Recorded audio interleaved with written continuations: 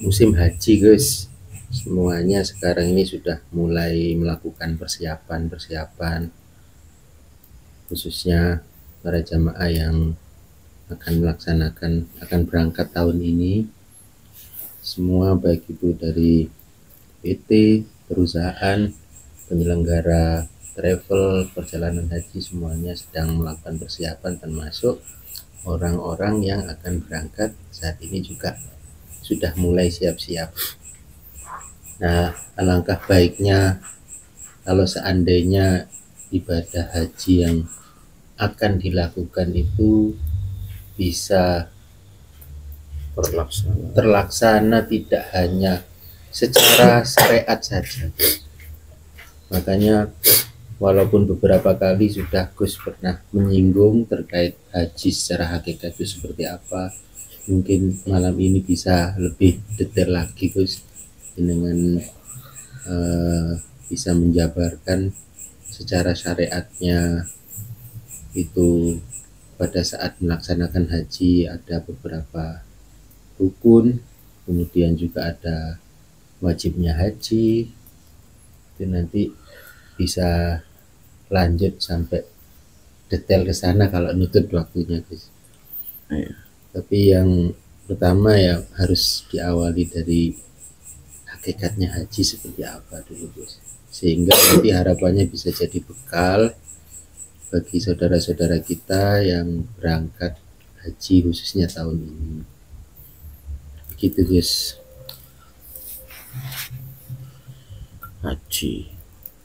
Haji adalah penyempurna dari keempat rukun Islam, yakni syahadat, sholat, puasa, zakat.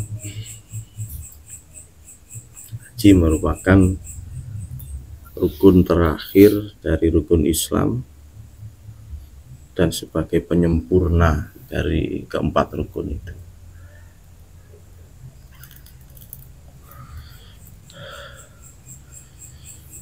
Haji secara syariat yang sudah banyak dijelaskan di kajian-kajian dan pembahasan ibadah haji khususnya, yaitu mendatangi undangan Allah, gitu.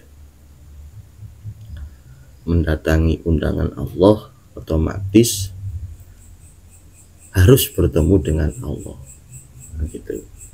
Jadi ketika panggilan Allah atau haji mendatangi undangan Allah itu bisa dikategorikan mabrur jika seseorang itu bisa bertemu yang mengundangi, gitu.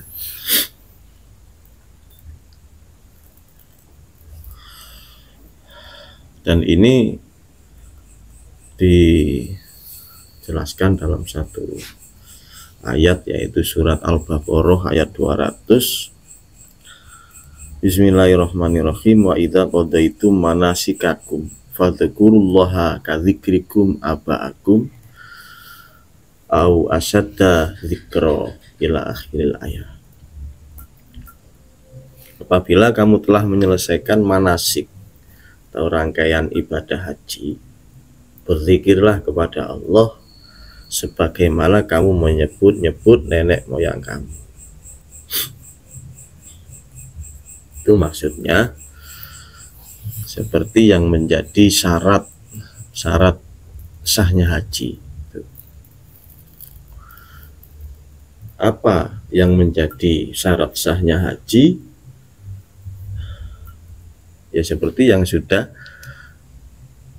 diucapkan oleh para jamaah haji waktu ada di Mekah.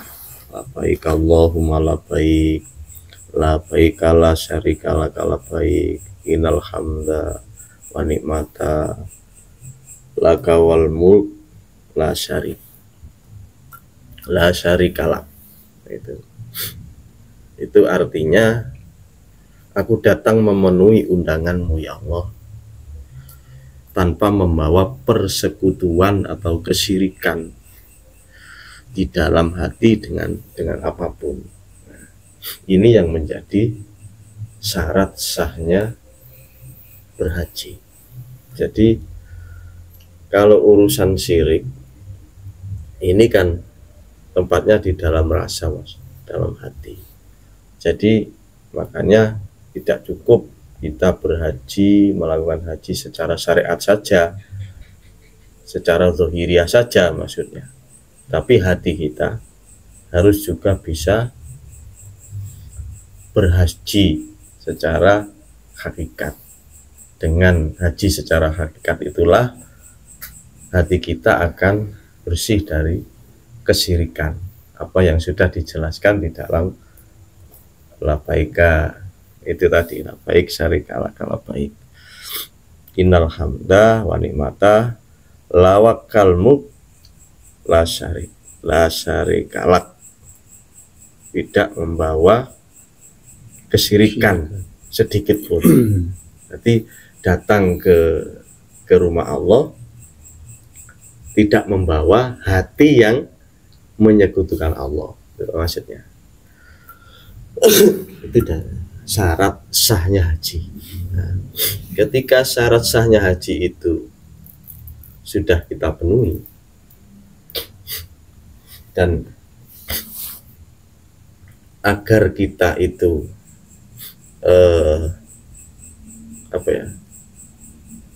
bisa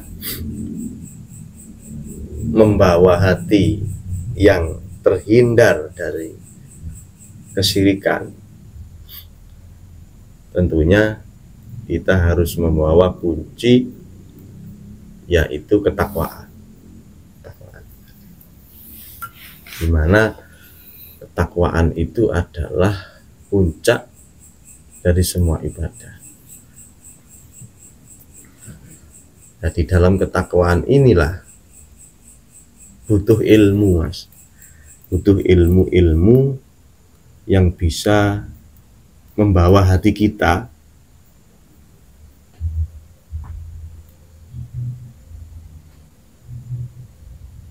lepas dari kesyirikan-kesyirikan di dalam hati, yaitu apa yang dimaksud menduakan Allah. Syirik itu menduakan Allah. Ini yang harus dikaji dulu sebelum melaksanakan rukun haji. Bagaimana cara hati itu agar lepas dari kesyirikan? Ya, tentunya kita harus mendalami ilmunya. Kita meminta wejangan kepada guru-guru akhirat, guru-guru yang membimbing masalah spiritual hati. Tentunya semua itu tidak lepas dari ilmu hakikat menuju makrifat, atau yang disebut ilmu tauhid. Jadi kalau urusannya hati yang syirik itu yang dikaji harus ilmu tauhid, hakikat menuju makrifat. Kalau untuk urusan bacaan dan cara pelaksanaan secara zahiriyah, ini ditata dalam hukum syariat. Gitu. Makanya Rasulullah itu pernah bersabda, Islam itu belum sempurna tanpa ihsan, tidak sempurna tanpa ihsan. Nah, Islam yang dimaksud Islam ini adalah tatanan atau keilmuan, cara-cara bagaimana cara beribadah kepada Tuhan, kepada Allah. Nah, sedangkan ihsan ini ranahnya hati. Jadi sholat secara fisik, katakanlah haji secara fisik, ini harus disertai keikhlasan. Maksudnya ihsan ini ikhlas lillahi ta'ala. Makanya Rasulullah bersabda, Islam tanpa ihsan ini tidak sempurna. Nah, apa ihsan itu, wahai Rasulullah? Katanya para sahabat, kamu kalau sholat harus melihat Allah. Kalau kamu tidak bisa melihat Allah, minimal kamu harus merasa selalu diawasi oleh Allah. Gitu.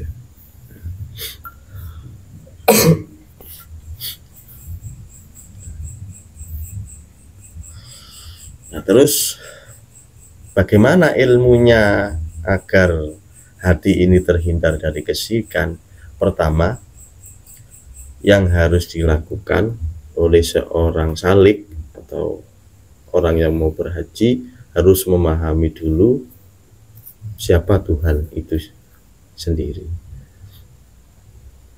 Sudah dijelaskan sama Rasulullah, man arafa nafsahu faqad arafa rabbahu. Ketika seseorang itu mau ingin mengenal Tuhannya, maka dia harus mengenal dirinya dulu, diri sejatinya dulu, dirinya sendiri. Siapakah diri kita ini, siapa? Asalnya dari mana, yang membuat siapa?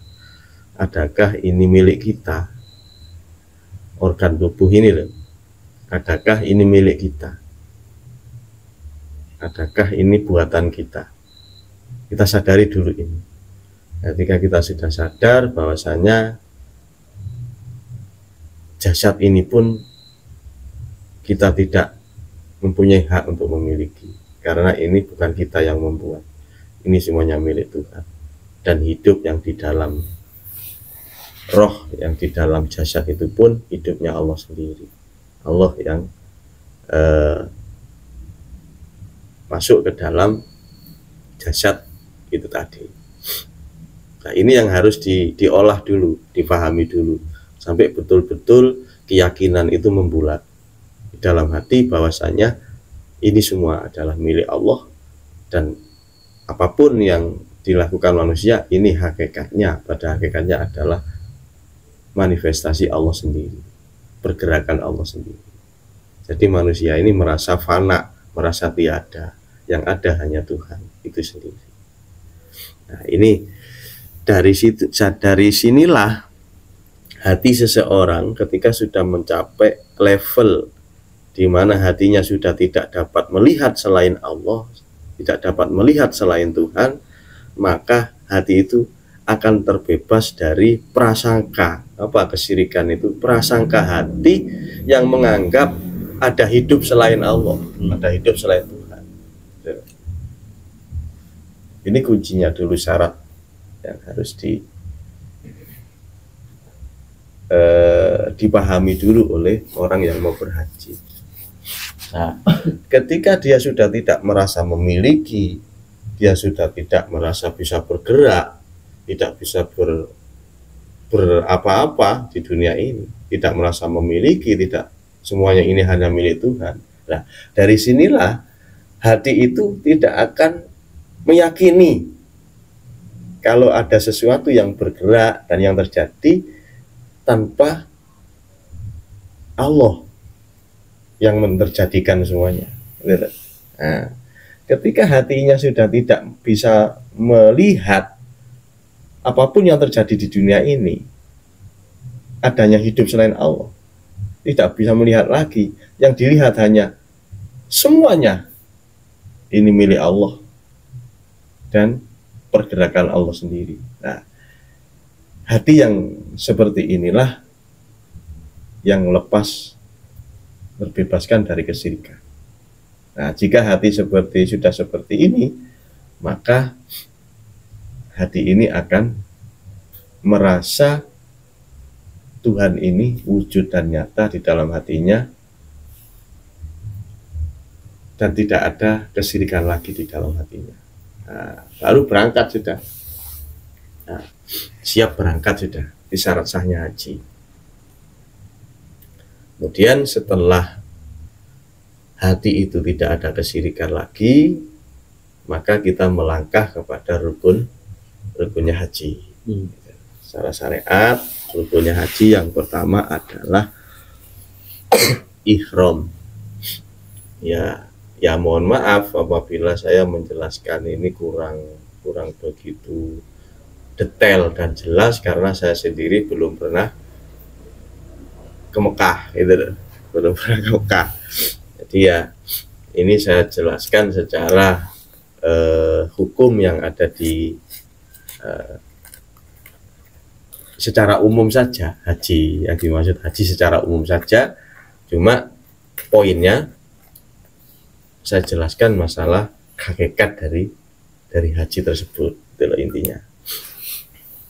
Jadi kalau syariatnya saya belum ke Mekah, tapi hakikatnya Ini saya jelaskan secara hakikatnya haji. Ihram itu biasanya kan, sebelum ihram itu kan menurut di keterangan ya, atau dari cerita orang-orang yang sudah pernah ke Mekah, itu mengambil batas mikot katanya kan. Nah, sebelum ihram itu mengambil mikot, biasanya itu berangkatnya dari Hijir Ali ya, Iya, titik-titik yang sudah ditentukan ya, itu titik-titik mikot. Namakan Hijir Ali apa? Iya. Ada beberapa tempat itu Gus. Dari situ mengucapkan niat. Nawa itu hajan wa umrotan lillahi ta'ala. Baru pakai pakaian ihram. Gitu.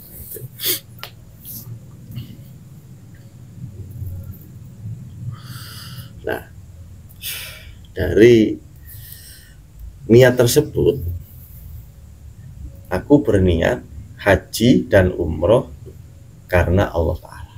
Nah, ini. Jadi rukun yang pertama, ihram, yang dimaksud ihram itu sesuai dengan niat yang sudah dibaca, nawaitu hajan wa umrotan lillahi ta'ala. Aku niat berhaji dan umroh karena Allah. Nah, poinnya di sini adalah syariatnya itu berniat, aku berniat, terus ihsannya, Islamnya ini bacaannya itu, Mas. Nah, itu hajan wa umrotan lillahi ta'alanya ini ihsannya penyempurna gitu. Jadi lakukanlah haji, niatkanlah haji karena Allah Ta'ala, maksudnya seperti itu. Nah, ketika syarat sahnya haji tadi itu, ketika hatinya sudah tidak membawa kesyirikan dalam persiapan menghadap Allah, maka secara otomatis dijamin niatnya itu hanya karena Allah. Gitu. Makanya yang menjadi syarat sahnya tadi itu yang penting sekali.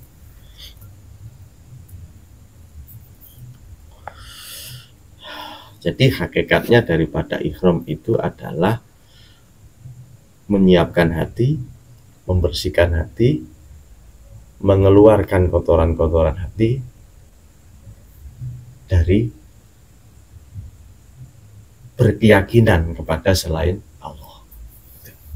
Harus karena Allah. Maksudnya lillahi ta'ala karena Allah ini adalah hati sadar bahwasannya raga ini yang membuat Allah, yang memperjalankan raga ini, roh hidup yang ada di dalam jasad ini juga hidupnya Allah. Secara otomatis keniatan ini sama sekali tidak ada pengakuan dari manusia, semata-mata murni bahwasanya yang berkalam mengucapkan niat ini juga hidup, yang melakukan ibadah haji ini juga Allah sendiri yang menggerakkan. Jadi tidak ada di dalam hati seseorang itu, tidak ada pengakuan lagi. Ini yang dimaksud lillahi ta'ala. Karena Allah lah tubuh ini bisa bergerak ihram. Karena Allah lah lesan ini bisa mengucapkan niat. Nah, kesadaran hatinya seperti itu. Jadi tidak ada pengakuan manusianya lagi. Ini yang dimaksud ihram. Inti daripada ihram itu loh, Mas. Intinya.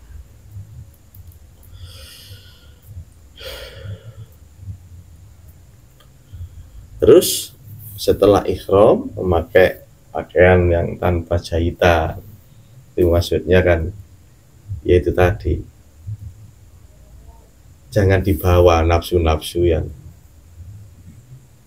kubudunya itu, kesenangan kesenangan hati terhadap dunia, tetap melihat keindahan dunia sehingga melupakan Allah, ini jangan dibawa. Karena ini semua sumber dari kehancuran. Makanya Rasulullah bersabda, hubud dunya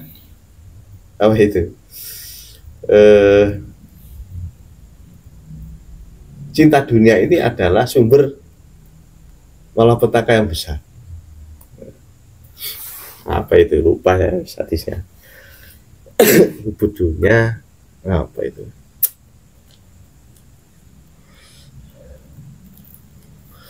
pokoknya itulah intinya.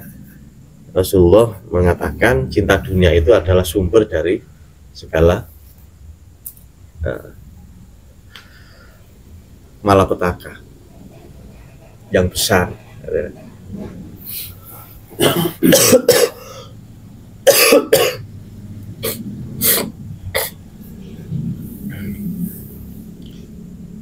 Terus setelah ihram dilakukan dengan rasa hati yang seperti itu tadi, tidak menyebutkan Allah, kemudian biasanya pembimbing hajinya itu mengarahkan kita, katanya itu untuk melakukan tawaf 7 kali dan berputar ke arah kiri. Itu ada maksudnya, Mas, dalam hukum hakikat itu. Kenapa kok harus 7 kali? Kenapa kok harus berputar ke arahnya ke kiri? Kan itu ya. Karena hati manusia ini letaknya berada di dada sebelah kiri. Sedangkan yang dimaksud Ka'bah yaitu Allah ini ada di sebelahnya sini, harus yang lebih dekat, gitu loh. Nah, itu hakikatnya seperti itu. Jadi karena hati manusia di sebelah kiri, makanya dengan berputar ke kiri, maka hati itu akan selalu dekat dengan Ka'bah. Itu maksudnya. Nah, seperti itu. Nah, hakikatnya 7 hari itu, 7 putaran itu, karena perputaran waktu ini ada 24 jam, terdiri dari Senin, Selasa, Rabu, Kamis, Jumat, Sabtu, Minggu, 7 hari gitu. Jadi hakikatnya gunakanlah seluruh waktu dalam 1 minggu 7 hari ini, hatimu selalu berzikir, selalu mengingat Allah Subhanahu wa Ta'ala. Itu maksudnya. Kalau ayatnya fa'inama tuwalu fasamma wajhullah. Dimanapun kamu mengarah, di situ ada wajah Allah. Temu. Kata jelasnya itu, setiap apapun yang kamu lakukan, langkah kakimu mengarah kemanapun, ke arah manapun, jangan sampai hatimu melupakan Allah. Itu maksudnya, tawaf itu. Dan hati yang mengingat Allah itu lakukan zikron kafiron sebanyak-banyaknya. Bahkan di situ diisyaratkan dengan 7 kali dalam 24 jam kali 7. Nah, itu Senin, Selasa, Rabu, Kamis, Jumat, Sabtu, Minggu, semuanya full hati itu berzikir kepada Allah. Nah, alias berarti setiap detik dan saat hati ini harus selalu memandang Allah, harus selalu berzikir mengingat Allah Subhanahu wa Ta'ala. Itu maksud daripada tawaf. Nah, setelah tawaf disempurnakan, setelah melakukan tawaf secara gerakan dan secara hakikatnya itu tadi, dalam waktu mengitari Ka'bah 7 ini, jangan sampai hati kita ingat terhadap selain Allah. Itu hakikatnya. Kemudian rukun yang ketiga yaitu sa'i 7 kali ya, dari Sofa sampai Marwah. Itu sejarahnya kan apa itu, Siti Hajar. Yeah. Siti Hajar istrinya Nabi Ibrahim itu.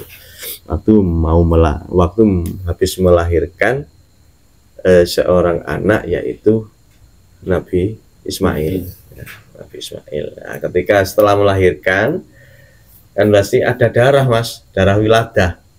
Jadi Siti Hajar ini mau membersihkan darah ini, mencari air. Jadi dia mondar-mandir Sofa Marwah kan. Itu secara seperti itu, mencari air untuk mensucikan hadas wiladahnya itu tadi. Nah ternyata setelah ketemu sebenarnya mata air itu letaknya ada di kaki Nabi Ismail. Nah, itu. Ternyata sumber mata air itu dekat dengan kakinya Nabi Ismail gitu. Lah, sa'i ini dicenderungkan itu tujuannya untuk mencari air yang bisa membersihkan hadas atau darah wiladah, damul wiladah kalau di kitab itu. Kalau hakikatnya membersihkan hati dari kesyirikan terhadap Allah. Jadi mencari air itu dilambangkan dengan keilmuan, Mas. Ilmu yang bisa membersihkan hati kita dari kesyirikan terhadap Allah. Itu yang dimaksud ma'ul hayat. Air yang bisa menghidupkan kembali tanah yang sudah kering, yang sudah tandus, akhirnya bisa menumbuhkan tumbuh-tumbuhan kembali. Nah, hati seseorang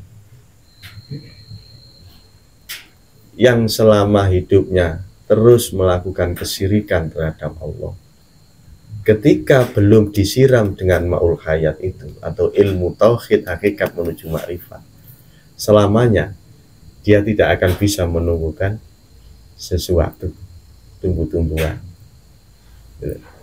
sebelum dia menerima air hayat itu tadi, air kehidupan itu, atau menerima ilmu tauhid hakikat menuju ma'rifat.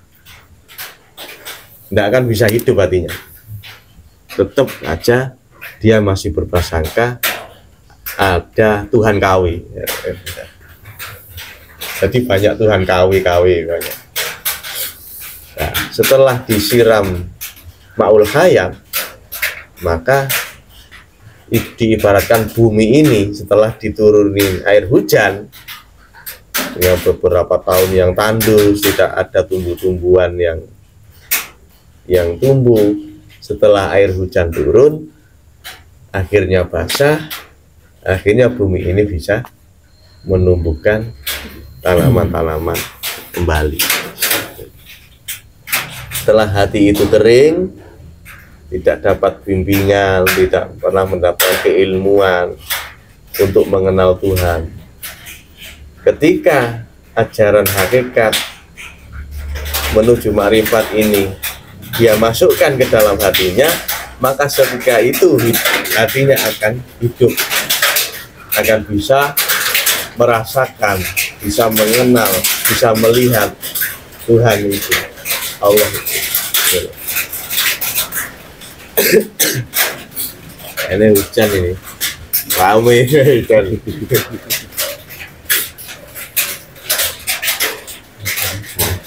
Dengan ma'ul hayat ini, dengan ajaran tauhid hakikat menuju makrifat inilah hati ini akan terbimbing menuju ketakwaan, Mas. Takwaan yang sebenarnya itu.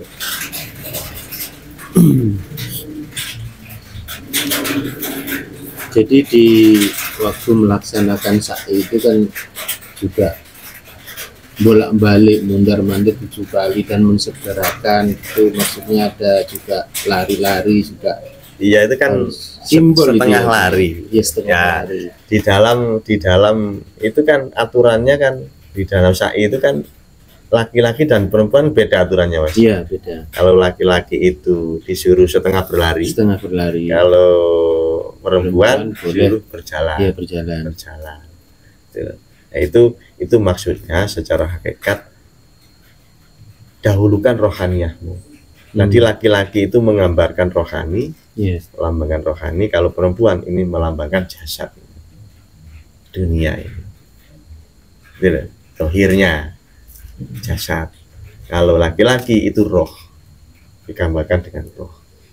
Jadi ketika kamu menjalani kehidupan di dunia ini, kok kamu tidak mendahulukan rohaniyahmu kepada Tuhanmu, kamu lebih mementingkan urusan dunia, maka celakalah kamu. Itu maksudnya. Kehidupanmu akan berantakan, penuh dengan tipuan-tipuan nafsu. Kamu akan terjerumus kepada jurang-jurang yang tidak diridhoi oleh Allah. Intinya di situ. Maksudnya. Berarti ya juga bisa maknai, bisa ditadaburi lah Gus. Iya. Sama kayak itu ya, kenapa kok 7 kali bolak-balik. Iya. Itu juga 1 minggu. Iya. Kita juga harus berupaya mensegerakan, harus kan itu melambangkan ada upaya untuk mencari air itu. Iya. Harus ada ini semangat perjuangan ya. Semangat perjuangan selama 7 hari dalam seminggu itu, pokoknya setiap waktu. Makanya itu kan bisa disimpulkan juga bahwasanya mencari ilmu yang bisa menghidupkan hati untuk menuju ketakwaan, jangan dikasih sekat. Bisa kan? Harus diprioritaskan. Iya, harus diprioritaskan. Karena itulah yang bisa menyelamatkan rohaniyah kita kembali fitrah husnul khotimah kepada Allah. Seharusnya itu yang lebih dipentingkan. Makanya kan carilah bekal akhirat. Kan gitu ya. Ada keterangan seperti itu.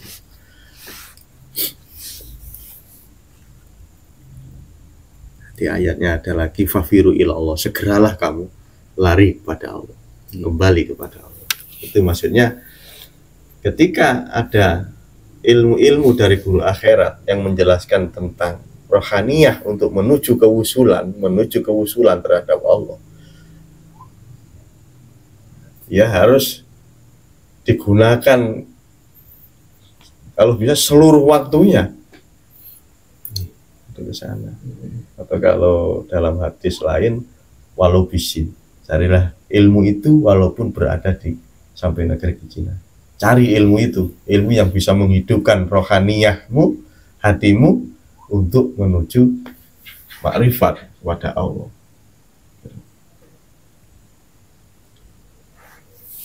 Walau ilmu itu berada di Cina. Gitu. Itu dalam artian walaupun orang yang memegang ilmu hakikat makrifat itu tukang rosok ataupun tukang pijat ataupun secara dohirahnya itu tidak seperti orang-orang top gitu loh. Biasa-biasa saja, kadang petani ngerumput, kadang orang-orang seperti itu yang dititipi oleh Allah ilmu hakikat menuju makrifat. Ya kita wajib harus mencari, harus menghadap, walaupun kita lebih tinggi derajatnya di sisi dibandingkan orang tersebut di sisi manusiawi loh, di sisi dunianya. Misalkan saya seorang pejabat, kemudian ilmu saya diwajibkan mencari ilmu hakikat makrifat, tapi ilmu hakikat makrifat ini ada di orang yang buta, harus keadaannya memprihatinkan. Ya saya wajib berguru sama orang itu, tidak boleh tidak. Kalau ingin hati saya ini bisa menuju makrifat terhadap Allah, gitu maksudnya. Jadi jangan memandang fisik dunianya, tapi pahami kalau ilmu itu sangat berharga untuk kelanjutan pertanggungjawaban rohani ini kepada Allah. Itu sa'i tadi maksudnya mencari ilmu hayat, air kehidupan itu tadi, yang bisa ilmu yang bisa menghidupkan hati dari yang semulanya itu penuh dengan kesyirikan menuju hati yang bersih dari kesyirikan. Itu maksudnya. Otomatis ketika waktu sa'i kan harus sudah memiliki ilmunya, itu maksudnya. Waktu sa'i secara syariatnya harus memiliki, sudah memegang ilmu hakikat menuju makrifat ini. Akhirnya dalam ibadah sa'inya itu tadi, ini tidak ada unsur kesyirikan lagi, bersih dari selain Allah. Itu sa'i. Terus kita melangkah ke rukun yang keempat, yaitu takhalul atau mencukur rambut. Nah, kalau secara syariat ya sih itu pokoknya dicukur itu bersih ya wes sudah gitu. Nah, kalau secara hakikatnya rambut ini kan melambangkan kehormatan seseorang. Soalnya letaknya di kepala. Ini lambang dari kehormatan. Ini bersihkan gitu. Jadi hati yang dipenuhi keinginan pujian-pujian dari orang lain, ingin menjadi orang yang pokoknya intinya orang yang top. Wah, itu kayak ngarani mbu basa Jepang opo ya. Ingin menjadi orang nomor 1 lah katakanlah. Hilangkan itu semua.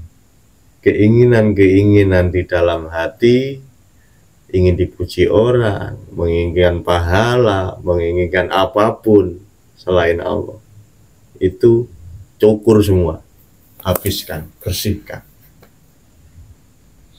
Makanya waktu tahalul itu diidentikan jangan sampai tersisa rambutnya, harus betul-betul bersih cukurnya gitu.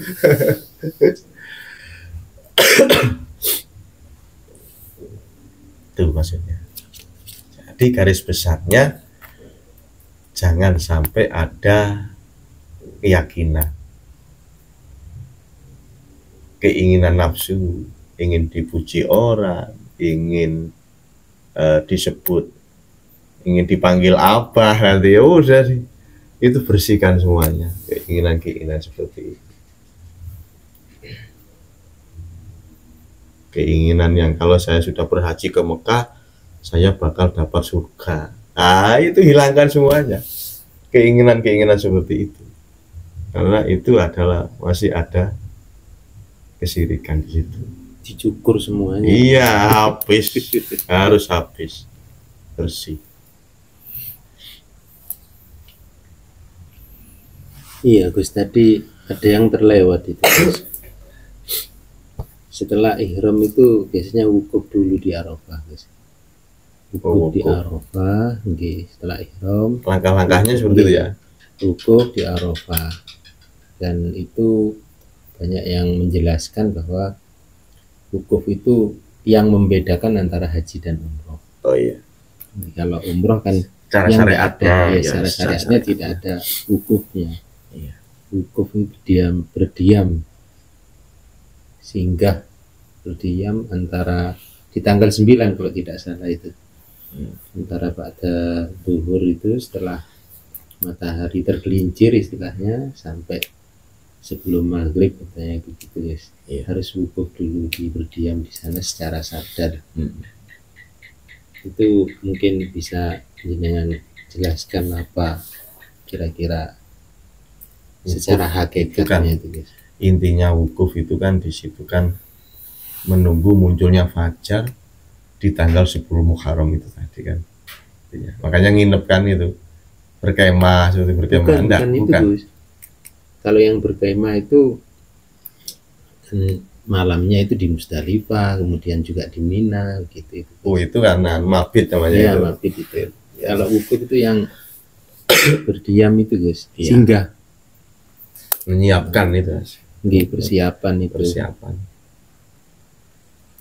Persiapan untuk ya itu tadi apa? Menerima bahwasanya hidup ini Allah.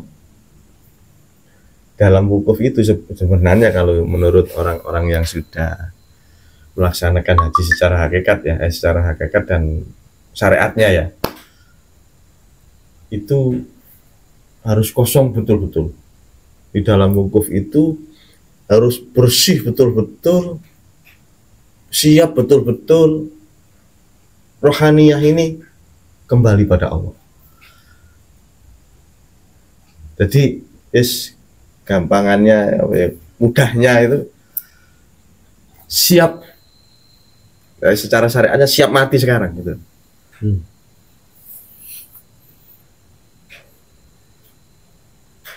Kalau hakikatnya siap menerima apapun konsekuensi dari Tuhan, karena hati sudah menyatakan bahwasanya ini semua milik Tuhan.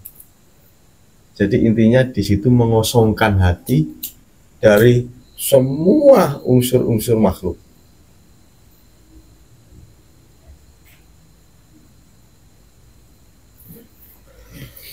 Persiapan, disiapkan dulu mental dan rohaniahnya, ini betul-betul siap mati dak, siap kembali sekarang dak sama Allah itu loh.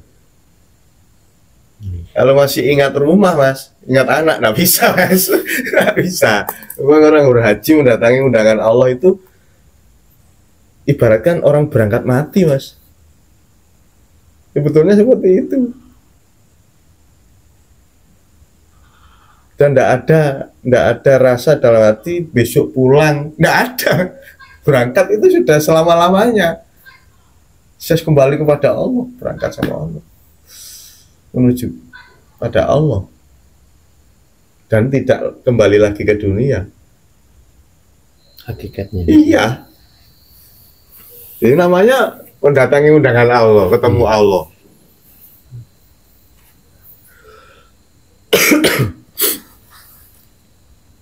Wukuf itu. Jadi sebetulnya kan menurut teman saya yang sudah praktek haji secara syariat dan hakikatnya ini, di saat wukuf itulah harus betul-betul kosong, dipersiapkan dohir batin kita untuk kembali pada Allah, pasrah total semuanya, jangan ada ingatan selain kepada Allah lagi. Ini kan cuma 1 malam mas ya, Mulai ba'da zuhur guys, ba'da zuhur sampai sebelum ini maghrib, sebelum maghrib ya. Kecuali ada yang berhalangan, misalkan datangnya itu setelah maghrib juga masih dikatakan sah Gus, asalkan tidak ada unsur kesengajaan. Iya.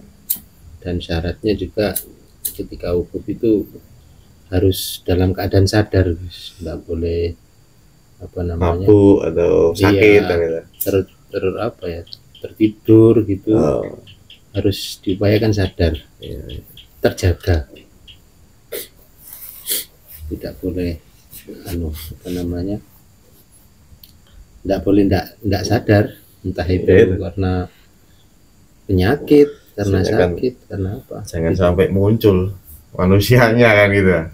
Nah, harus betul-betul murni la ilaha illallah.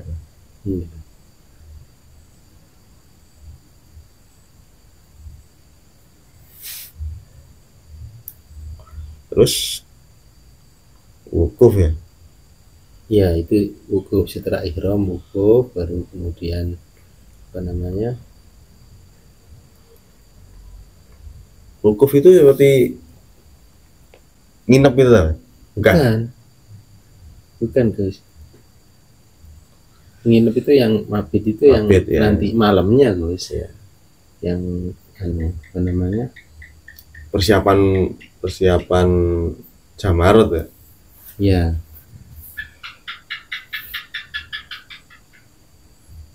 Siap perang gitu. Jamarot itu perang. Hakikatnya itu perang. Ketika hati ini sudah kosong, yang ada hanya Allah, jaga. Jangan sampai ada nafsu masuk. Ketika ada nafsu masuk, lempar. Itu. Itu maksudnya.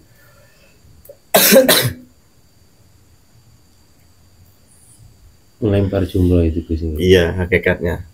Jadi kalau di dalam hati itu masih ada penyakit, misalnya penyakit biasanya yang berusaha masuk, ada lah berapa macam penyakit, 7 penyakit kan kita ibaratkan kan di situ 7 kali melempar jumroh. Ibaratkan apa saja yang harus dilempar secara hakikat ya, seperti sifat-sifat riya, pamer, hasad, iri, dengki, takabur, sombong, itu godok, udah marah-marah. Soalnya marah itu kan hakikatnya yang dimarahi siapa? Ya. terus hubud dunia, cinta dunia. Rasa-rasa seperti itu harus lenyap. Tamak, rakus, tidak ada puasnya. Sudah dikasih rezeki segini sama Allah, masih belum puas juga. Ingin yang lebih besar lagi. Itu tamak namanya. Tidak pernah merasa puas.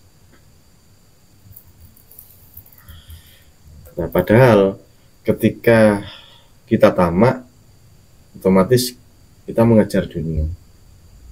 Dan dunia itu tidak akan bisa kita capai. Soalnya dunia ini diibaratkan bayang-bayang oleh Allah. Jika kita ingin menggenggam bayang-bayang, maka sampai kapanpun tidak akan bisa.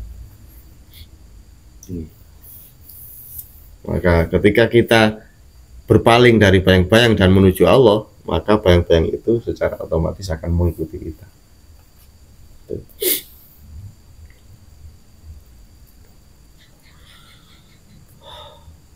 Yang ketujuh, mengikuti hawa nafsu. Nah, cara kita mengenali nafsu, ya kembali kepada kesadaran hati, Mas. Ketika kita merokok, kok kesadarannya ini manusia yang merokok, ini nafsu. Di saat kita makan, kita sadar bahwasanya kekuasaan makan ini datang dari kita sendiri, bukan atas karena Allah. Nah, ini juga nafsu. Makanya nafsu. Makanya sekarang kan bermunculan penyakit-penyakit, bermacam-macam penyakit itu sebetulnya ada kaitannya dengan itu, Mas. Karena hampir mayoritas manusia sudah tidak bisa makan dalam keadaan lillahi ta'ala. Semuanya atas dasar nafsu semuanya.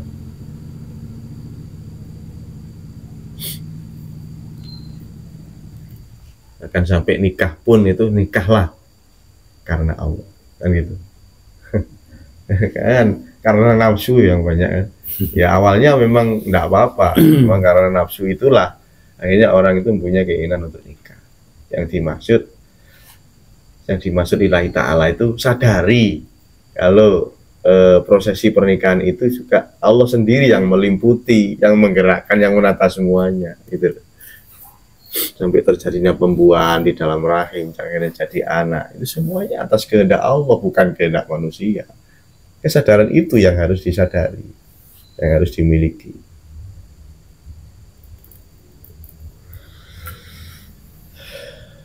Dan tawaf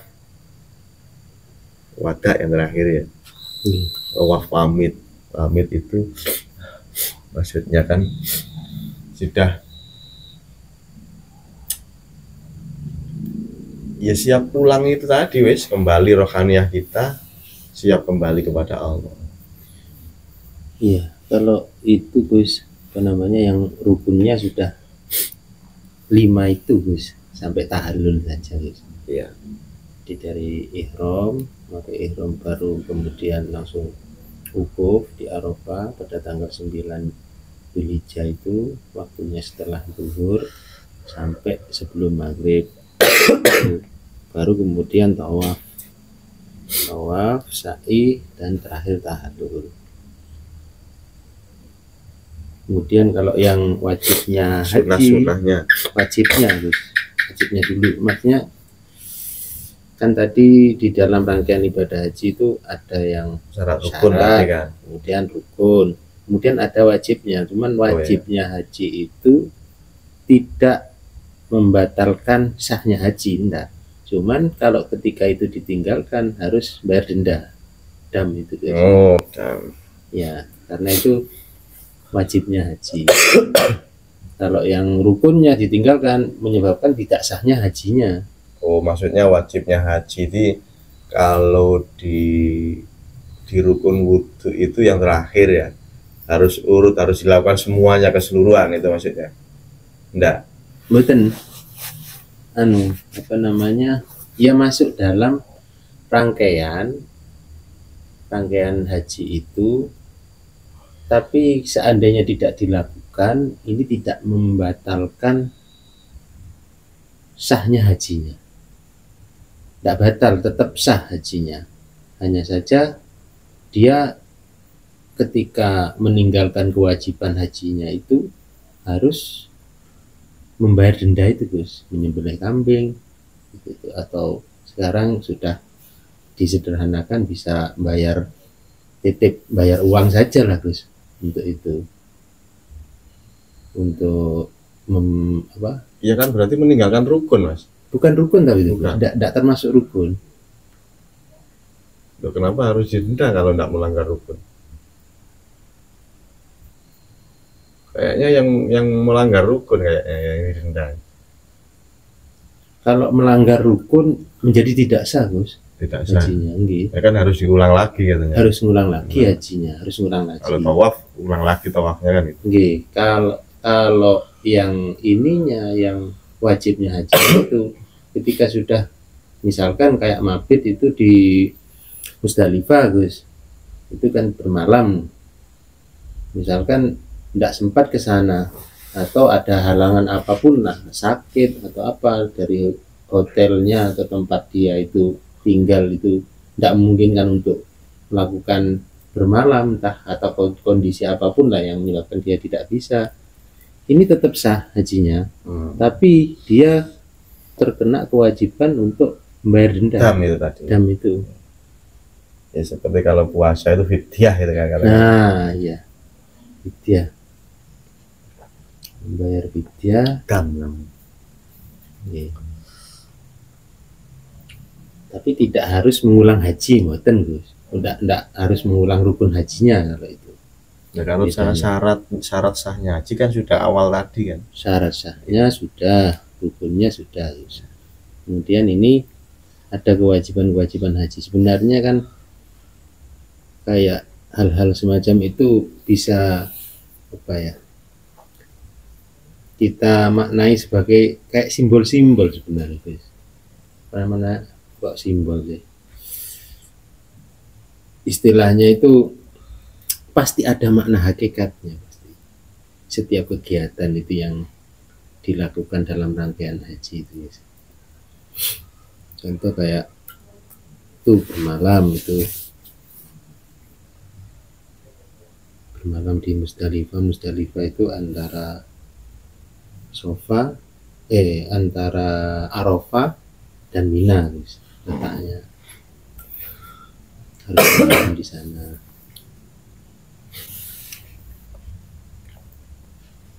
Kalau malam ya hakikatnya gelap, nah itu. Kalau siang terang. Jadi intinya itu kan gelapkan hatimu dari selain Allah. Terangkanlah hatimu dari memandang Allah, mengingat Allah.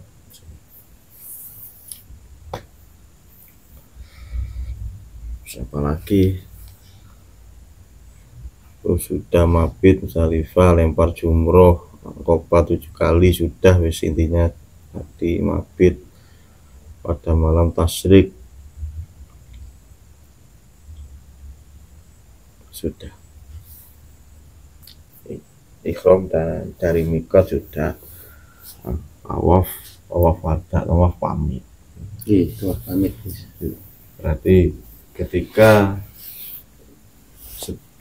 sudah pulang dari Mekah, ketika sudah bisa melaksanakan haji secara syariat juga secara hakikatnya, lakukan. Dan hakikatnya itu mengesahkan Tuhan itu tadi. Hati tidak memandang kepada selain Allah. Nah, itu lakukan terus sampai ajal menjemput. Itu maksudnya. Makanya ketika ciri-cirinya haji mabrur itu kan pasti ada perubahan yang lebih baik di dalam pribadinya, itu paling tidak di situ kan. Yang belum berangkat haji pelit, datang dari haji dermawan. Yang belum berangkat haji itu jadi pemarah, setelah pulang dari haji jadi penyabar. Itu paling tidak ciri-ciri atau tanda-tanda secara lahiriah saja lah, itu secara lahiriah.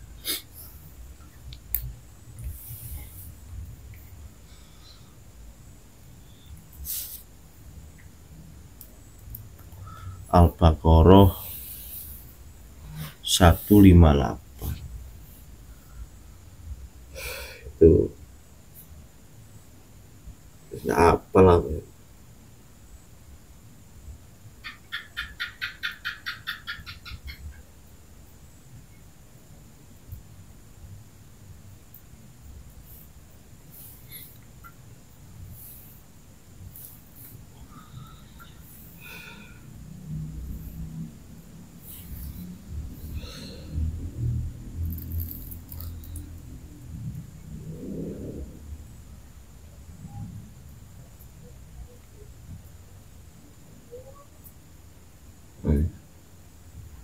Sungguhnya Safa dan Marwah merupakan sebagian syiar agama Allah. Maka siapa beribadah haji ke Baitullah atau berumrah, tidak ada dosa baginya mengerjakan sa'i antara keduanya.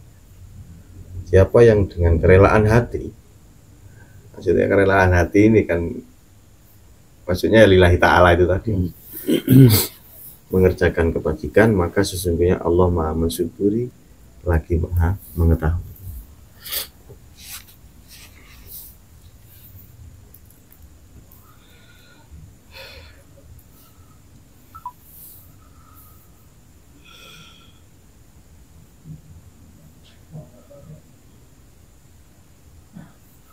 Itu ya menurut pengetahuan yang sudah saya pelajari, saya cuma bisa menjelaskan haji ya secara singkat atau secara apa yang saya pahami.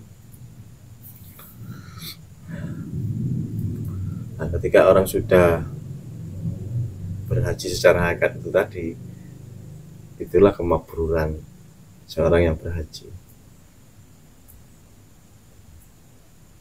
Bisa kenal dengan Allah, hatinya sudah tidak merasa memiliki apa-apa, bukan siapa-siapa, ini semua adalah Allah. Inilah hakikatnya haji, betulnya ketemu Allah itu tadi, bisa menemui Allah.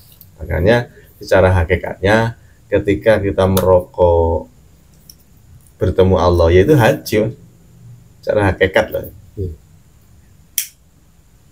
Ketika jasad ini melakukan aktivitas minum atau makan, rasa hati kita ini semuanya adalah kehendak Allah. Nah, itu haji. Tuh, hajinya, kalau haji di dalam hakikat itu setiap detik dan saat, tidak menunggu bulan Muharram, bulan haji.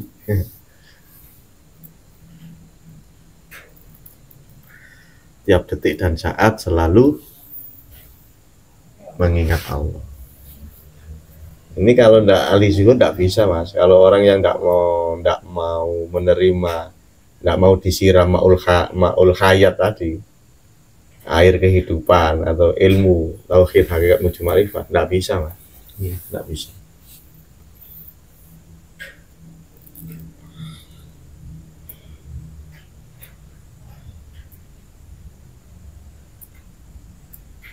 Menghilangkan pujian-pujian dari orang lain, ingin dipuji, tidak bisa kalau tidak menerima ajaran tauhid hakikat menuju ma'rifat, itu tidak bisa hilang, tetap aja ingin dipanggil abah.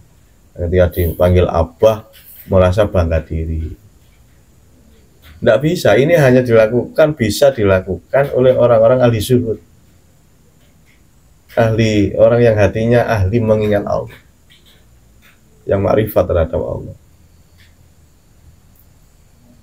Karena di dalam hatinya sudah tidak ada keyakinan selain Allah.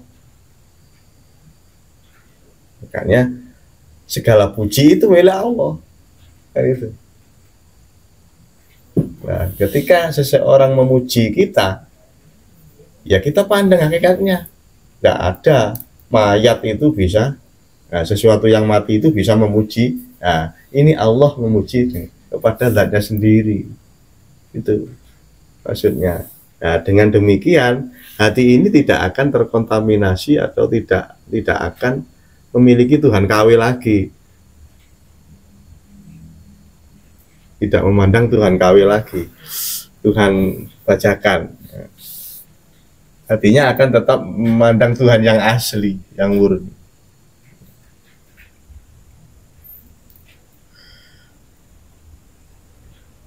Nah, ketika hati ini tidak bisa merasakan, tidak bisa mengetahui kalau ujian yang dilontarkan oleh orang lain terhadap kita ini sesungguhnya ini adalah Allah memuji Zatnya sendiri, tidak bisa, Mas, masih ada unsur kesyirikan di situ. Jadinya haji mardud, gak mabrur.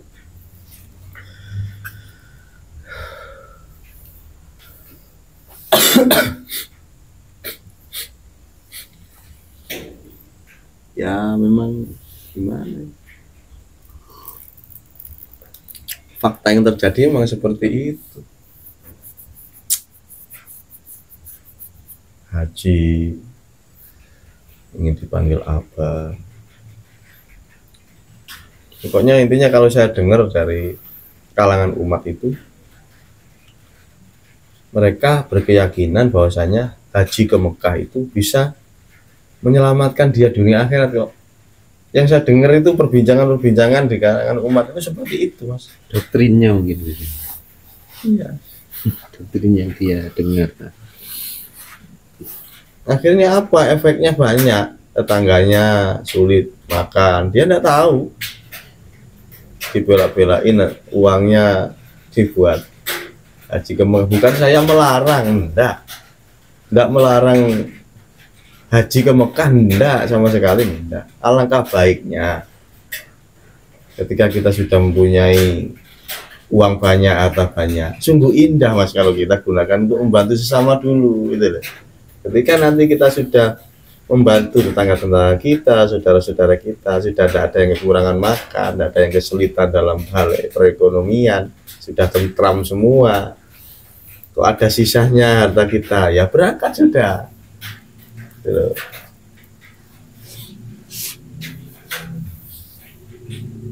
Tapi mayoritas yang banyak saya lihat itu enggak, dibela-belain haji ke Mekah, tapi dia rela kadang orang tuanya terlantar, anaknya terlantar, saudaranya kandung sendiri terlantar, dia biari, dia lebih mengepentingkan hajinya ke Mekah itu daripada menolong saudaranya kandungnya atau orang tuanya yang kesulitan dalam hal perekonomian. Itu kan sangat disayangkan sekali. Dan saya melarang untuk haji ke Mekah, enggak. Pergilah, hajilah ke Mekah kalau semuanya ini sudah tertata, tetangga-tetangga kita sudah semua makmur, tidak bingung lagi dalam kehidupannya, dalam hal perekonomian terutama. Ini banyak itu nggak peduli kok sama tetangganya, Mas. Lebih baik berangkat haji daripada menolong tetangganya. Itu yang banyak. Mayoritas itu fakta itu, saya nggak ngomong apa fakta.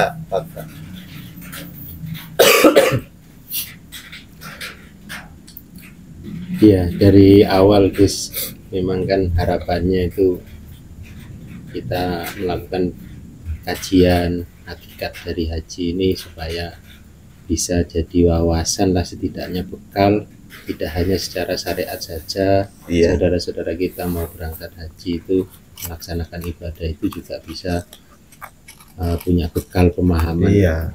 Secara hakikat. Sayang sekali, Mas, sudah habis ratusan juta, puluhan juta, tapi hajinya tidak mabrur gitu loh. Kan sayang sekali, dan sangat disayangkan. Sedangkan setiap jamaah itu mengharapkan haji yang mabrur, haji yang lillahi ta'ala itu loh. Tapi fakta yang terjadi, dia tidak memegang ilmu ikhlas itu tadi, tidak bermodalkan, dia hanya berbekal uang saja, tidak berbekal ilmu.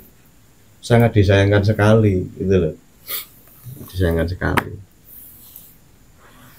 Sudah jauh-jauh kehabisan uang banyak, perubahannya tidak ada. Yang pelit tambah pelit, yang congkak tambah congkak datang dari haji kan. Akhirnya Ya, di mana? Iya, tadi saya bermaksud itu ada detailisasi Gus terkait rangkaian kegiatan ibadah haji, kemudian ditadaburi secara hakikatnya itu seperti apa. Cuman ya lagi-lagi kayaknya berhubung Gus belum pernah melaksanakan Iya, sendiri, iya. Makanya kan sehingga sebelum saya menjelaskan tadi kan sudah bilang saya belum pernah ke sana. Jadi mohon maaf apabila ada kekurangan dalam hal saya menjelaskan. Mungkin secara hakikatnya saja saya bisa Iya. menjelaskan secara detail. makanya kan mengkorelisasikan Iya, antara kegiatan rangkaian haji yang terjadi itu dengan hakikatnya itu juga karena Gus belum mengalami sendiri. jadi kurang sinkron gitu loh. Iya. Sinkron. Tapi kayaknya ini juga tanda Gus dengan demi menjawab kebutuhan umat lah nanti Gus. Ya kalau Harus masalah kesana. itu, kalau masalah Paling itu, tidak umroh lah Gus. gini Mas, ya ini dari dalam hati ya, dari pribadi saya, individu pribadi saya. Saya ingin menyenangkan masyarakat dulu, menyenangkan orang banyak dulu, baru ketika nanti saya ditakdir untuk katakanlah umroh lah, ya enggak apa-apa, takdir. Cuma saya lebih berkeinginan untuk menyenangkan orang lain dulu. Nah, karena selama ini dari dulu memang sih saya selama ini sudah mempraktekkan menyenangkan orang lain hanya sebatas kemampuan saya yang sekarang gitu. Makanya kan ketika saya mendapatkan sedekah dari tamu, kadang katakanlah nominalnya 1 juta, ini langsung saya bagikan Mas, soalnya kemampuan saya cuma seperti ini gitu. Sedangkan di sisi lain saya juga ingin bekerja keras untuk mendapatkan uang dan akhirnya saya bisa membantu sesama gitu, ingin sekali. Nah ini saja saya punya kerentek kemarin itu, saya lihat jalan lubang-lubang itu loh, itu sudah ada inisiatif saya ingin beli semen sama pasir, bawa kaisar, bawa air, saya tambal itu yang bolong-bolong di jalan raya itu, mau saya tambal betulnya. Tapi saya mau ngajak temen juga, saya mau ngongkosin, harus ada ongkos, karena itu kan inisiatif saya. Jadi saya ingin mengajak temen ini kan harus saya memberikan ongkos dia kerja kan gitu otomatis. Tapi juga mungkin dalam kerangka ingin menyenangkan masyarakat yang sudah diberi kemampuan untuk berangkat umroh, berangkat haji Gus, juga butuh disenangkan dengan ujangannya jenengan Gus. Iya, makanya itu kan harus punya pengalaman itu Gus, biar bisa detail nanti anunya Gus. Apa namanya, ketika masyarakat itu butuh bekal lah yang bisa jenengan jelaskan. Itu tidak tahu ya Mas, siapa bisa nanti biar alam saja, Allah sendiri yang iya Gus. Makanya saya mengikuti air mengalir saja, apa yang ada dalam rasa ini saya jalani aja sesuai air mengalir gitu aja. Nanti tanggal kapan, tahun berapa nanti saya ditakdir dalam ditakdir bisa apa, pergi ke sana ya, jalani aja sih.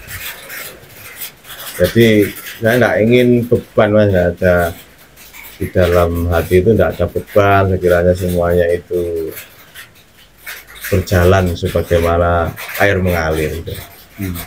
Saya itu kalau melihat orang senang itu senang Mas gitu loh.